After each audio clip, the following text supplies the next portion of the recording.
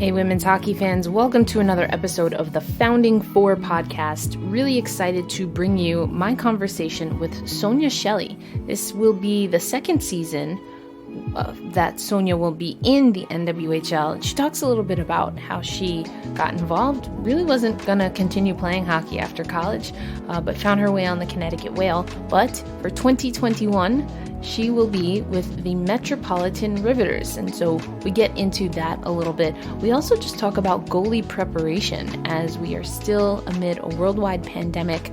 Ice time practices are even fewer than they usually are for the NWHL, so Sonjia gives us some insight on what she's doing to keep fresh and what are some of the challenges to having to do individual workouts, but how she's making that work for her. She also gives her take on what the NWHL bubble should be called, and I thought gave a humorous answer to how she stays focused in between whistles. And let's just say we're trying to get her some sponsor deals because of her method for staying focused and in the game. So here we go, my interview with Metropolitan Riveters goalie Sonjia Shelly.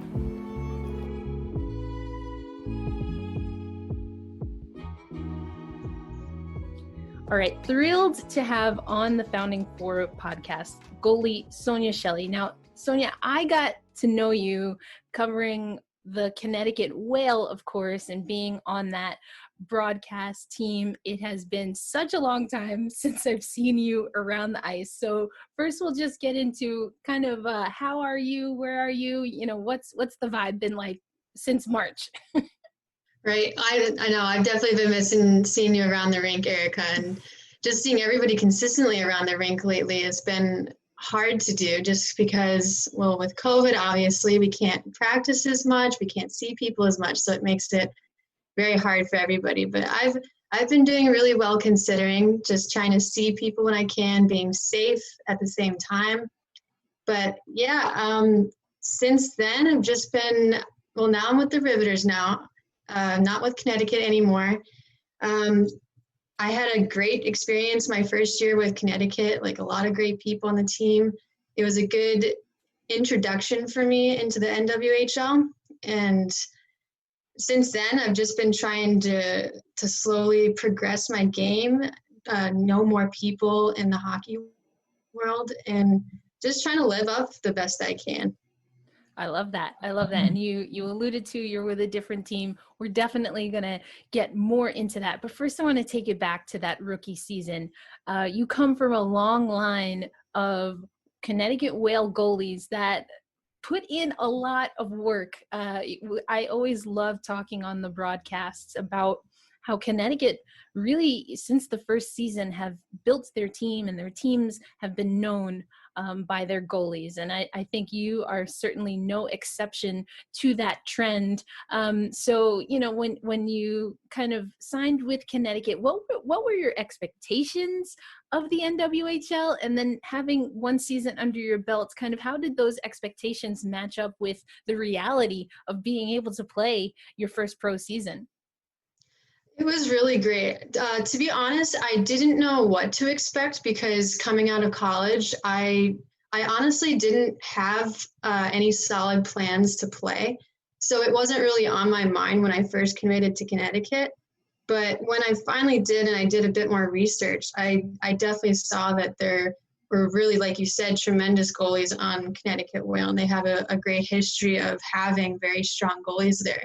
So at first it was kind of daunting because, yeah, I definitely want to fill those shoes and play well. And I did what I could the first season. It was definitely a little nerve-wracking at first, but I think I was able to transition from college into the pro level. And like all the people there definitely made it a lot easier because everybody has just been so great who I've been meeting, like between you, the coaching staff, and all the players. Like it's just been really great. But since then, I've just been trying to transition into this pro level, and I think I'm doing so at this point. I'm not quite sure. I mean, you never really know where you're at until you look in the past and see where you've been. But yeah, I'm just trying to up my level as much as I can and just be the best person I can be for my team. Yeah, absolutely. I love that. And thank you for that nod. Obviously, feel the same way about you and all of the other players that I get to know and see around the rink, usually in the NWHL. But, and that kind of finding your own, I guess, benchmarks. You and I have had conversations about that. Obviously, you and Brooke split time in Connecticut. You two had known each other in college. And we talked about that, especially with a team like the Connecticut Whale, who, unfortunately, a trend for that team has been really struggling to get wins on the board. But we also talked a lot about that the Connecticut team last year and even the year before that, still finding a way to get incrementally better to the point where, I mean, at the end of the season, the Whale was really able to shock some people with that play-in game in particular. But just from that perspective, being around the team, you can think about yourself or just the team in general. I mean, what are some of the major takeaways? What do you think defined the Connecticut Whale season, the 2019-2020 season? Yeah, I would definitely agree. See, that was one of the hard things is we never got those official W's for wins, but most of our games were really, really close. And some of them were definitely heartbreakers where we would get in the lead, we'd fall behind, and then we'd get in the lead again, and then it just wouldn't come out our way. But it was those little wins within the games that would help us push forward and to really try to get that official W. It didn't happen during most of the season, but it definitely happened at the end, like how you mentioned the play-in game. But it was just that underdog mentality that we had and the fact that we wanted to really just show people, like, yes, we can compete in this league. Like, we can play against top teams like Boston and compete with them well and even almost come on top, which it was definitely that sort of mentality that would push us forward to just try to get better and better. And I think it definitely did towards the end of the season. Yeah, absolutely. Bray Ketchum did a great job. We know Bray has moved on to other things. She's, as I understand, teaching now or in the teaching profession, which also something that is touch and go up in the air these COVID days. So always want to congratulate Bray.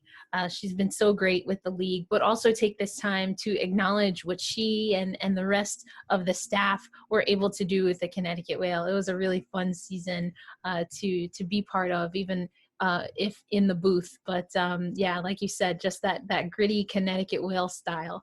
But now, as you mentioned, you will have to play against that style. So before we get too much into that, let's just talk about the off season. You talked about coming in as a rookie, not really expecting to continue your hockey career. So at what point in time did you decide that you did want to come back to the NWHL, and when did the conversations with the Riveters start? So after the first season, I definitely had the drive within myself to say, okay, I want to play another season. I have just that hockey taste on my tongue that I want to keep doing it and keep playing as long as I can at this point. So I'm definitely going to try to play as long as I can now, just because I love the game. I want to keep doing it.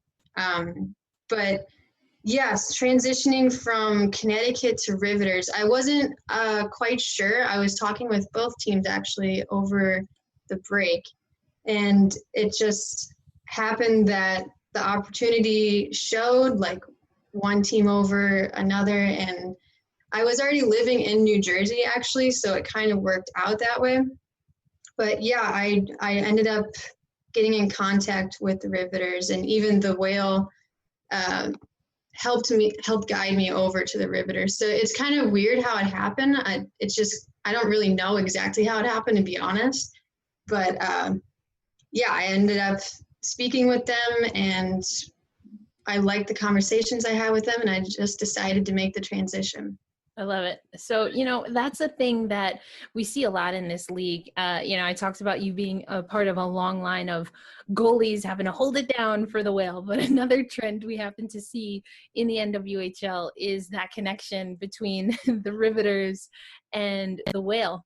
And I think a lot of that has to do with proximity. If there are going to be trades, it makes a lot of sense for the trades to kind of happen through those teams or those teams facilitating, just because of the proximity.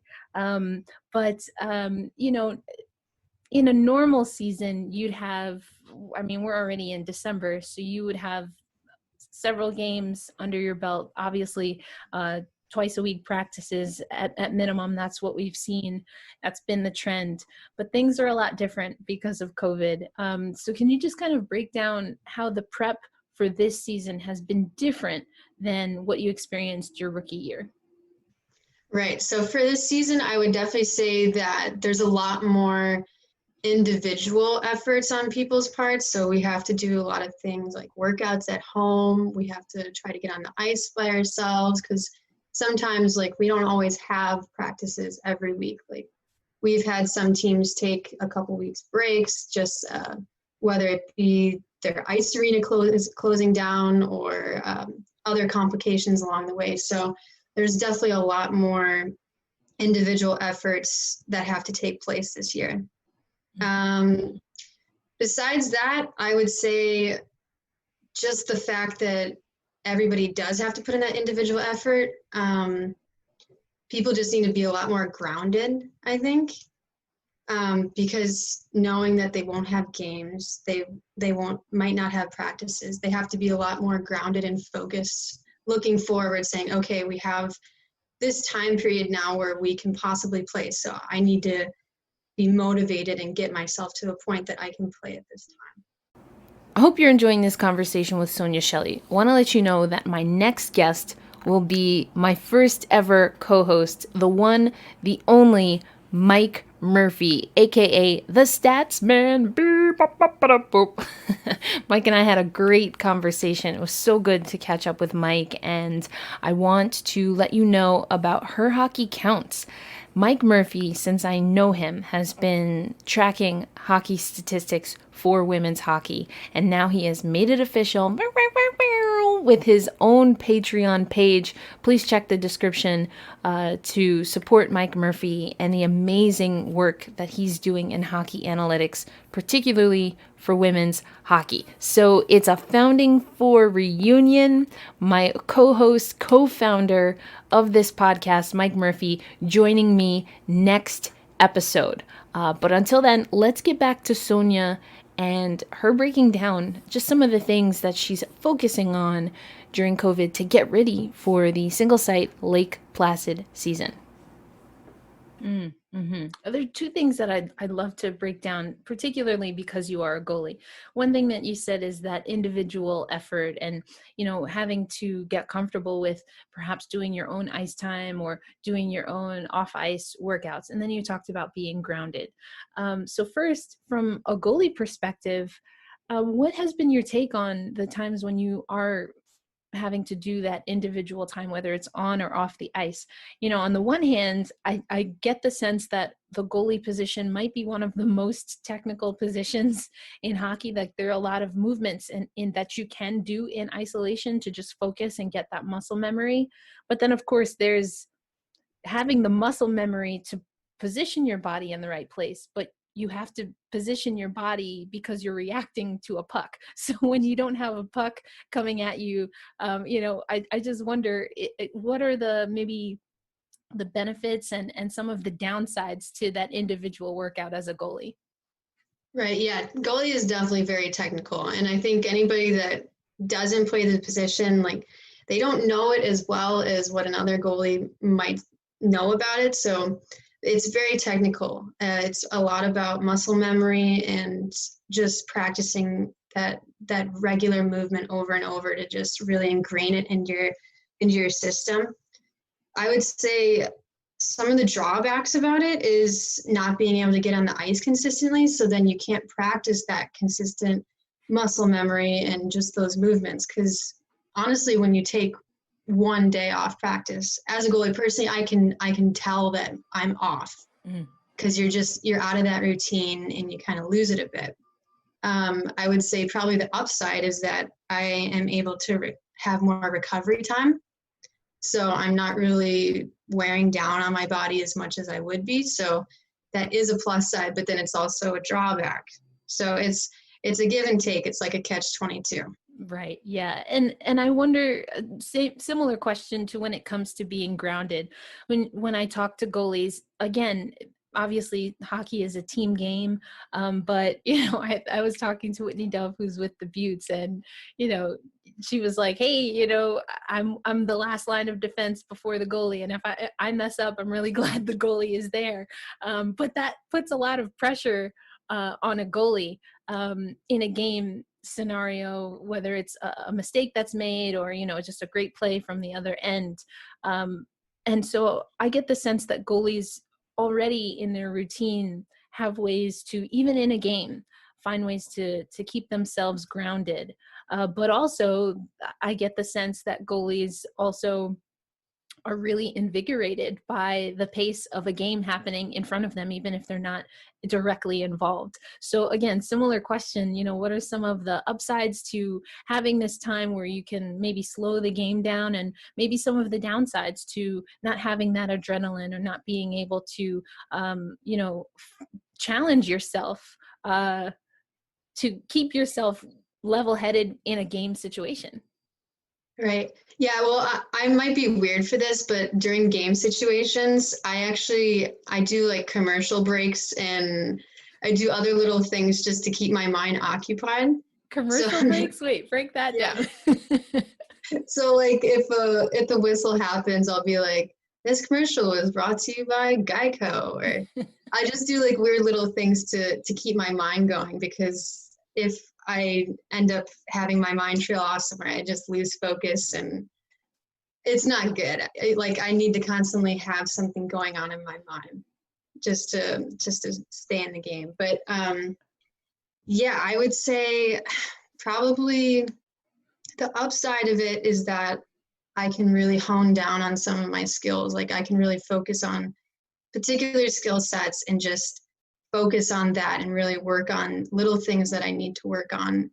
But like you said, we're missing out on the challenging part of being in the game scenarios and just having that drive going on of being in a game situation. So it's hard, because once we finally do get in that game situation, it might be a little bit of a shocker at first, because I would say everybody that is in the game of hockey who loves it definitely gets those butterflies before every game. So it might just be a little bit extra butterflies before our next game scenario. Gotcha. I truly have never heard of the commercial break kind of method, but it makes total sense. It's like, all right, just as if you were watching the game, from your couch or something.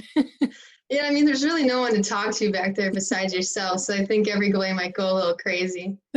Fair enough. All right, cool. So, maybe we should try to find you, sponsored ads for your goalie breaks. I mean, why not, right? Yeah, just mic me up and get me some sponsorships. All right, folks, let's work on that. Let's get that going for Sonjia. But I also want to talk a little bit about personal goals. Even just in this conversation, I get the sense that a lot of what you do on and off the ice is dictated by kind of how you feel about just what your contributions are to any given team, and then how you want to excel, progress, and continue to push your own game. I mean, that's a very natural thing, especially for elite athletes. That's what keeps folks going when everything else is down the crapper. But Yeah. so thinking of this season, let's, if we can, just kind of keep COVID to the side just for a minute. But when you came into the season, you knew you would be with a new team, so a new coaching staff, a new tandem, so to speak, in net. Did you come in with some ideas of what you really wanted to focus on, and things that you felt that you wanted to be challenged in when it came to the goalie position with a new team?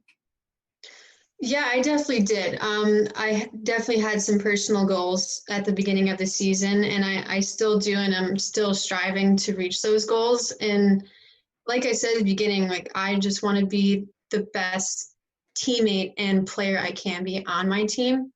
And ways for me to do that is to look at my previous season with Connecticut Whale and see my performance and see how that resulted. And I really just want to up my game from the previous season, and I want to like be more consistent and to try to just make those big time saves and the necessary saves when my team really needs it and they need that boost. And I think doing little things like being consistent on the ice and being consistently prepared and just doing all the little things to build up to make me a stronger goalie for my team this year is like my major goal. But it takes little goals such as working on angles and becoming stronger and having like a stronger core and things like that are really my goals this year to build up to my big goal. All right. Sounds good. We look forward to hopefully being able to see that on the ice, but there will not be any home ice advantage this year for the Riveters or anyone else in the NWHL. We've seen single sites or neutral site games, I should say, throughout the history of the league, but now we're talking a complete season. It's going to be a single site, Lake Placid, 1980s Olympic ice. Just kind of your first thoughts once you started hearing that plan come together and be put in motion. Oh, I was so excited. I think everybody was, to be honest, when we heard that the site was going to be Lake Placid. With COVID going on and everything, I think for a little bit, the players had an idea that we might go into a bubble. So when the news came out about that, I think a lot of people were very, very excited because it's such a nostalgic place. It's like a winter wonderland, and especially for hockey, like the 1980 Miracle on Ice, like who wouldn't want to play there?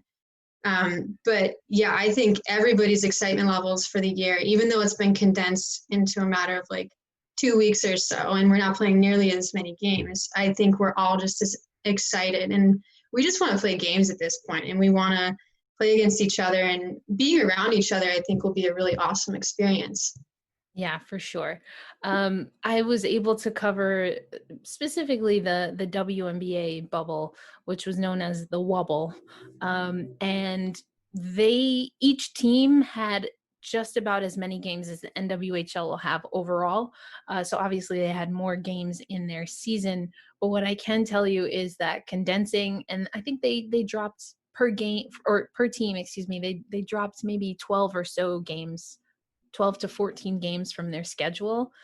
But that was like intense. And, all I have to do is watch the game and then prepare questions after the game. When it comes to how you're preparing your body for that really intense, tournament style, are there any things that you're doing differently than you did last season to prepare? Yes, definitely. I've been thinking about that because I think they're only going to give us a day off per week, maybe, and otherwise we're going every day, like games, whether it be games or practices. But yeah, so what I've been doing, like how I mentioned the individual efforts before, is I've been getting on the ice and doing workouts on the days that I have off to kind of just train my body to really not have a day off and to be able to be fit enough to compete well at that time. Yeah, that was definitely, especially because the seasons that took place in the summer, there was a lot of time where no one was really able to do much of anything at all. Not even elite athletes. I mean, everything was really shut down. We have a variation of that approach now, but I think conditioning was so important, just to stay fit and to be game ready. So that makes a lot of sense. But wow, like one day off for ice hockey, that's intense. But Yeah, it really is. It really is. Because when you think about it, when you go to camps and stuff and you're going every day, you even have some breaks in that time period too. But it's going to be like the Olympic style games, really. It's going to be like a showcase. All right, moment of truth. WoHo fans, in just a moment, you will hear me ask Sonjia Shelly the most pressing question. Of course, the most pressing question with the news of the NWHL single site season for 2021 is, what will the NWHL bubble be called? The 9 newsletter put out a poll, and N-double, I might have to take credit for that creation, came out on top. But I ask Sonjia Shelly. So right now, if you're listening to the podcast and you can safely do so, tweet at Founding4Pod what you think Sonjia is going with for the bubble nickname. What's your best guess on what Sonjia Shelly thinks the NWHL single site bubble should be called? All right, folks, I want to see those tweets. Only a few seconds left. We're getting back to the interview. 5, 4, 3, 2, Sonjia. I also want to ask you, I alluded to the wubble, and that's kind of the terminology. I think it came from one of the players, actually. So I know at the 9 newsletter, we've put out a poll. There's all kinds of different hashtags that are coming out. I'll give you a few of them. You've got, of course, the NW-ubble, like nwubble. I think it's going for N-double, but just like phonetically, that is a little tough for me. Then you have the N-double. So it's capital N, capital D, and then ubble. Then you have just the hubble. I've heard snow globe. I've heard snow bubble. Do you have a preference? What are you calling the single site for the NWHL? I haven't really thought about that. To be honest, I've just been calling it the bubble, but I've heard a lot of people saying the snow globe. And I think that sounds pretty cool because Lake Placid is definitely a snow hub. So I think snow globe would be a good reference. I like that. Also, we saw those amazing graphics with the logos in a snow globe. So I think snow globe works. Definitely. That graphic was so cool. Right? Oh, sick. I was like, if that was an actual physical thing, I would buy the whole line for no reason other than I just have, no restraint. But they should make t-shirts for sure. Yeah, it's amazing. That's amazing. All right, merch team. So we have a few tasks.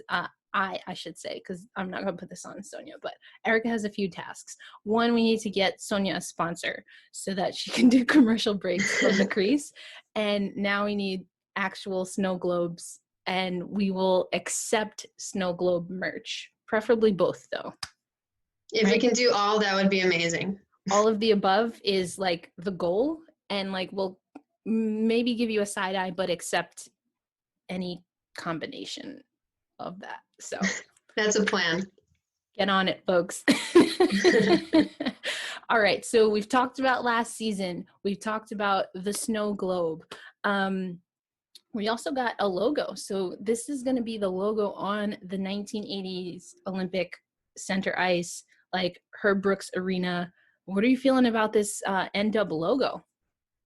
I think it's awesome. I mean, if you look at the aesthetics of that picture that they put up, it should make anybody excited to want to play there. But I'm really excited. I think it's going to be a great experience, and hopefully we can get some good broadcasting for that to really showcase what it looks like. Hey, I'm just saying, I'm here.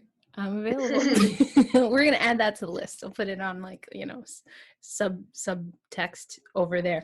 But yeah, I think I'm really excited. Speaking kind of broadcast or access to the snow globe, we found out today that each of the teams is going to kind of have their fan access packages. I was like, whoa, I hope the media gets this access too. Like some of it's pretty sweet. Like the Riveters have different Q&As, and I know there's like a group package for teams that the Riveters are doing.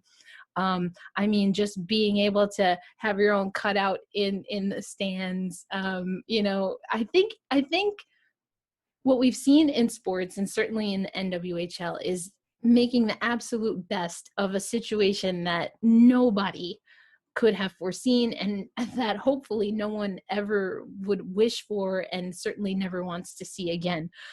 So when it comes to thinking about going to Lake Placid, thinking about all of the things that you'll have to prepare mentally, physically, emotionally. I mean, what are some of the things that you're still kind of like, oh, how is this going to work? And maybe what are some of the things that help you kind of be more even keeled and dare I say even excited about the 2021 season? I'm really excited. And I think that's one of the biggest things that I think I'm going to need to really focus on is to keep my excitement level at a certain degree, because I don't want to get so overly excited that I don't play the way that I should be. So I definitely need to keep myself grounded to a certain point and say, like, okay, we're in an awesome place. We're doing an awesome thing right now, but this is why I'm here. This is the goal. And that's what I need to focus on. I love it. Staying focused all the time. So thinking of that though, you know that you'll be away single site.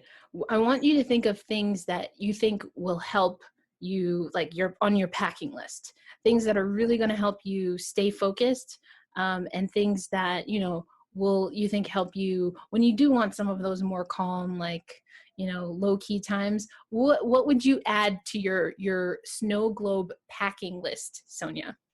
Well, 100%, I'm going to need the warmest boots and jacket I have.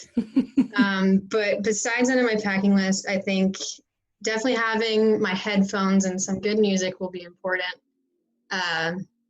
For sure, a laptop, because in my downtime, I'm going to have to catch up on all my grades.